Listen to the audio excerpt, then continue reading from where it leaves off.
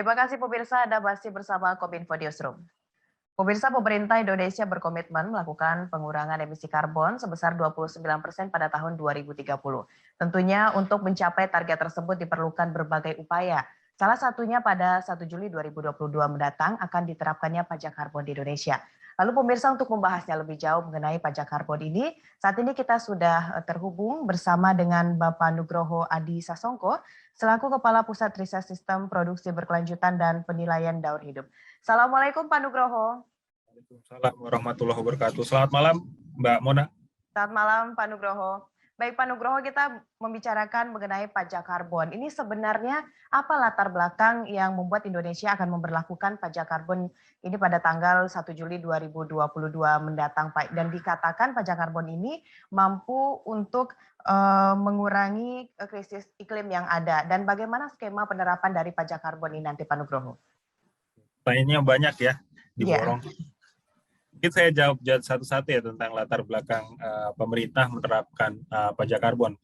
Mungkin terkait dengan Green Economic Policy ya, itu pertama, kemudian target Indonesia dalam memenuhi Sustainable Development Goals di 2030, dan satu lagi Low Carbon Development Initiative, itu merupakan program dari Bappenas, dan yang satu lagi itu target transisi energi menuju net zero emission. Mungkin itu sejumlah latar belakang program-program alasan kenapa pemerintah menerapkan pajak karbon. Kemudian mungkin seperti yang kita ketahui kan, climate change kan isunya semakin intensif ya, terkait dengan perubahan iklim, kemudian tata guna lahan, kemudian deforestasi dan seterusnya. Itu mengencourage kita agar kita lebih aware terhadap lingkungan. Mungkin itu. Baik, Pak Nugroho, ini dikatakan juga sebelumnya bahwa pajak karbon ini akan dilaksanakan secara bertahap. Lalu sektor mana saja Pak nanti yang akan mengikuti pajak karbon ini Pak Nugroho? Oke. Berdasarkan Perpres nomor 98 tahun 2021, pemerintah telah menetapkan kebijakan terkait implementasi pajak karbon. Yang sektor pertama akan dikenakan pajak karbon itu adalah sektor ketenaga listrikan, khususnya yang terkait dengan pembangkit listrik tenaga uap berbasis bahan bakar fosil. Mungkin itu. Tadinya kan awalnya 1 April, beberapa bulan yang kemarin untuk penerapan pajak karbon, cuman ditunda, rencananya 1 Juli ini. Demikian. Ya, baik Pak Nugroho, kalau BRIN melihat sejauh ini kan penerapannya secara bertahap kepada PLTU. Apakah PLTU dengan skala besar atau skala kecil ini akan jadi pertimbangan mana yang didahulukan terkena pajak karbon, atau mungkin ada beberapa yang tidak terdampak dari pajak karbon ini Pak Nugroho, kalau dari pengamatan BRIN? Ya, kalau dari tahun kemarin sebenarnya pemerintah, Kementerian SDM itu sudah melaksanakan uji coba perdagangan karbon PLTU. Kalau nggak salah sekitar bulan Oktober November 2021 untuk menyiapkan prepare ya teman-teman di sektor pembangkit listrik PLTU batubara agar siap menghadapi perdagangan karbon, khususnya salah satunya carbon tax yang akan diterapkan oleh pemerintah. Nah, untuk pembagian nilai batas atas, jadi pembagian sektor pembangkit listrik yang akan dikenakan pajak karbon itu dibagi berdasarkan kapasitas terpasang. Jadi PLTU untuk ukuran di atas 400 MW, kemudian PLTU di antara 100 MW sampai 400 MW, dan PLTU mulut tambang di antara 100 sampai 400 MW. Nah, masing-masing itu juga memiliki nilai cap. Nilai cap itu adalah nilai batas tertinggi. Jadi pembangkit itu tanda kutip ya, dapat mengemisikan CO2 per megawatt hours. Kira-kira gitu. Kalau misalnya mengemisikan di atas cap, otomatis sudah terkena kewajiban untuk membayar pajak karbon. Baik, apakah penggunaan teknologi dari masing-masing perusahaan juga menjadi salah satu faktor nanti Pak Nugroho terkena atau tidaknya dari pajak karbon ini? Ini pertanyaan menarik. Ini justru bagian dari skema atau rekomendasi yang kami usulkan ke pemerintah. Karena di dalam draft, seingat saya draft PMK, Peraturan Menteri Keuangan, itu belum memasukkan jenis teknologi sebagai bagian tolak ukur untuk sizing, capping batas pajak karbon itu mulai diterapkan. Jadi ini penting, teknologi merupakan bagian juga dari instrumen tolak ukur batasan pajak karbon diterapkan. Mungkin itu. Baik, berarti penggunaan teknologi dari perusahaan yang akan terkena pajak karbon ini juga menjadi tolak ukur nantinya Ya, oleh saat ini belum. Justru itu yang usulan harus. dari BRIN begitu Pak Nugroho ya? Ya, betul. Ya. Baik. Salah satu. Ya. Lalu hal apa lagi Pak Nugroho yang mengharuskan Indonesia ini benar-benar harus menerapkan pajak karbon? Seberapa pentingnya kebijakan ini harus segera diterapkan, Pak Nugroho?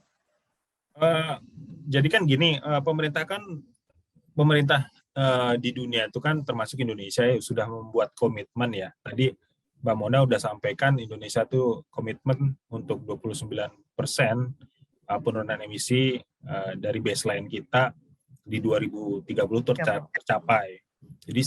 Jadi sektor pengemisi terbesar itu kan terutama forestry, kemudian agriculture, kemudian kehutanan dan energi dan transportasi. Nah, untuk sektor energi penerapan pajak karbon itu melalui skema di sektor pembangkit listrik di tahun ini. Ada kemungkinan juga tahun depan atau bulan berikutnya sektor transportasi pengguna bahan bakar fosil BBM juga akan ikut terkena juga. Jadi itu latar belakangnya untuk mencapai tujuan SDGs ya di 2030 dan pencapaian komitmen untuk 29%. Baik, nanti setelah diterapkannya pajak karbon di Indonesia, Pak Nugroho, apa yang diharapkan pada perubahan apa saja yang diharapkan mungkin dari masyarakat atau dari sektor industrinya, Pak? Ya, ini menarik. Yang jelas kalau dari sektor industri, industri pembangkit itu harus lebih aware ya bahwa pembangkit mereka harus lebih efisien. Kalau nggak efisien, otomatis emisi yang dikeluarkan akan di atas cap yang ditetapkan oleh pemerintah. Itu satu. Sementara dari sisi konsumen juga harus semakin aware bahwa listrik yang kita konsumsi selama ini, yang listrik yang kita gunakan, Mbak Mona pakai di rumah, saya gunakan di rumah, itu 60% lebih itu berbahan bakar fosil, terutama batu bara. Nah, kita itu juga berkontribusi terhadap perubahan iklim dari gas rumah kaca. Oleh karena itu, baik dari sisi produsen maupun konsumen diminta sama-sama aware bahwa apa yang kita lakukan, konsumsi listrik kita itu juga berkontribusi terhadap perubahan iklim. Jadi harapannya kita mengubah perilaku agar lebih hemat energi, kemudian lebih aware terhadap perubahan iklim, termasuk kita mungkin lebih aware terhadap transisi energi. Jadi energi terbarukan itu juga bisa menjadi opsi yang terbaik di dalam skema suplai listrik. Baik, Pak Nugroho, ini kalau dilihat ujung-ujungnya akan masyarakat akan berpindah kepada energi terbarukan. Nah, Pak Nugroho, sejauh ini bagaimana sebenarnya peta jalan dari penerapan atau menuju energi hijau di Indonesia ini? Kalau kita lihat memang energi hijau ini energi terbarukan lebih mahal dibandingkan dengan batu bara ini, Pak. Ini gimana Pak Nugroho? Ya, jadi di Kementerian SDM itu sudah membuat skema peta jalan terkait dengan net zero emission di tahun kalau di UN sih mintanya 2050 ya, itu udah net zero emission, tapi Indonesia minta sedikit mundur di 2060 karena kita juga harus memperhatikan kesiapan dari sektor pembangkit listrik. Sebagai contoh, pembangkit listrik tenaga uap yang berbasis batu bara itu baru bisa ditargetkan phase out atau benar-benar keluar dari sistem ketenaga listrikan itu ditargetkan di 2045. Nah, kemudian yang menarik bagaimana transisi energi ini berjalan dengan smooth, terutama renewable energy bisa masuk ke dalam sistem ketenaga listrikan di Indonesia. Nah, seperti yang Mbak Mona tahu kan, energi terbarukan contohnya PLTS itu masih mahal ya. Biaya untuk produksi listrik PLTS saja di atas 1 megawatt masih di atas Rp1.200 per kilowatt hours. Nah, ini nggak fair sebenarnya dibandingkan sama biaya pokok produksi dari bahan bakar fosil yang masih sekitar Rp700-800. Bahkan ada pembangkit yang biaya pokok produksinya di bawah itu, sekitar 700 dengan batu bara. Nah, agar ini terjadi secara ekonomi itu seimbang ya antara fosil dan dengan renewable, ya penerapan pajak karbon ini opsi yang tepat. Jadi mereka tuh bisa saling berkompetisi, jadi masyarakat itu lebih aware, oh harga listrik sekarang antara fosil sama renewable ini udah mirip-mirip nih. Kalau saya pakai fosil, saya kena pajak karbon. Kalau saya pakai renewable, saya nggak kena. Dan itu lebih mendorong masyarakat untuk shifting ke renewable energy. Mungkin itu. Berarti ini adalah salah satu cara dari pemerintah juga secara bertahap gitu Pak ya, mengajak masyarakat untuk berpindah ke energi baru terbarukan. Baik, Pak Nugroho, perpindahan atau pelaksanaan pajak karbon di Indonesia ini dikatakan dapat memunculkan inovasi teknologi yang baru dan juga ramah lingkungan. Ini penerapannya seperti apa nanti Pak Nugroho? Ya, di transisi energi itu kan targetnya renewable energy masuk lebih besar ya, sampai dengan 25% seharusnya nih. Tapi sekarang kondisi Indonesia itu masih sekitar 13%, masih jauh. Masih 12% di bawah target. Nah, tentu inovasi, invensi di sektor ketenaga listrikan atau energi dengan renewable energy ini sangat menarik ya. Misalnya kita bisa memanfaatkan misalnya PLN membuat skema atau membuat proyek PLTS terapung di Cirata, itu juga bagus, skala besar. Kemudian wind power di daerah Sulawesi, kemudian biomasa atau co-firing sekarang yang lagi in, jadi substitut bahan bakar fosil di sejumlah PLTU tuh udah mulai pelan-pelan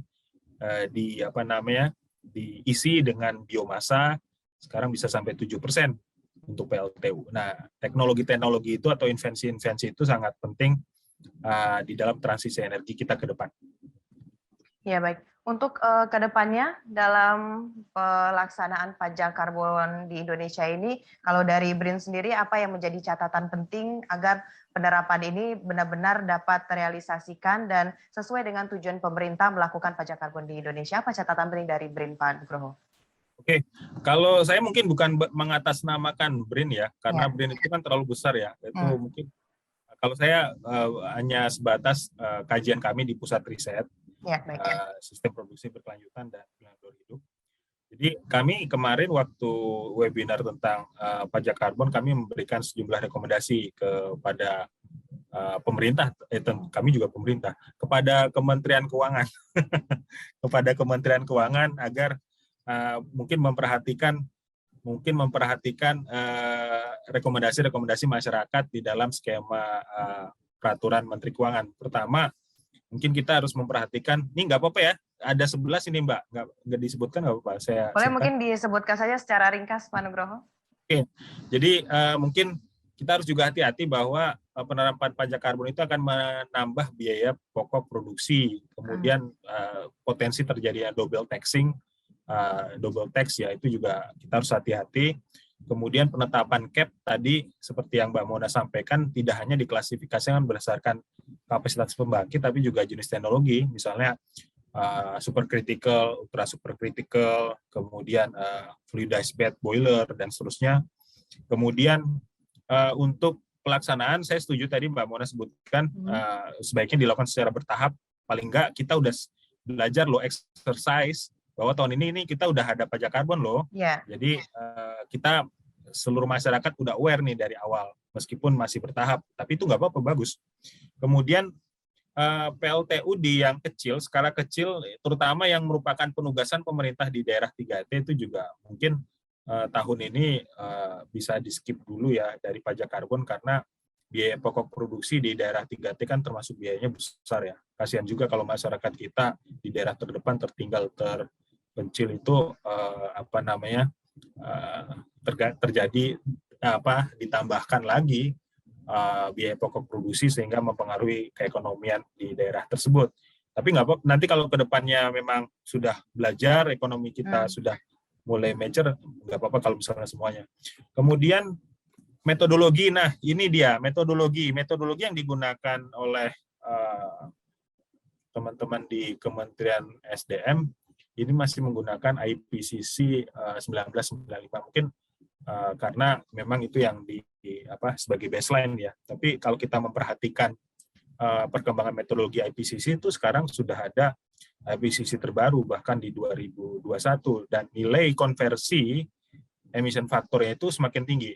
Nah ini juga mempengaruhi sebenarnya berapa ekivalen CO2 yang dikeluarkan. Nah, kalau terjadi perbedaan kayak gini, khawatirnya implementasi metodologi yang salah itu bisa mempengaruhi jumlah pajak yang seharusnya dibayarkan. Dan ini lagi-lagi kan urusannya sama duit dan pajak ya. Iya. Harus hati-hati menentukan metodologi karena urusannya kan sama KPK kan. Kalau salah ngitung pajak kan KPK bisa muncul. Jadi kita juga harus hati-hati, kita sama-sama saling belajar dan koreksi. Kemudian harmonisasi kebijakan, harmonisasi terutama banyak istilah-istilah di kementerian, bahkan di kami sendiri pun itu masih belum seragam. Jadi kita perlu harmonisasi tentang istilah-istilah dan mekanisme yang tentang penyelenggaraan nilai ekonomi karbon di pembangkit. Kemudian mungkin yang emisi yang sudah di offset kan, jadi karbon offset ini kan bisa dilakukan dengan dua cara. Pertama dengan carbon trading, perdagangan karbon. Yang kedua itu dengan carbon tax. Kalau carbon trading kan bisa dilakukan secara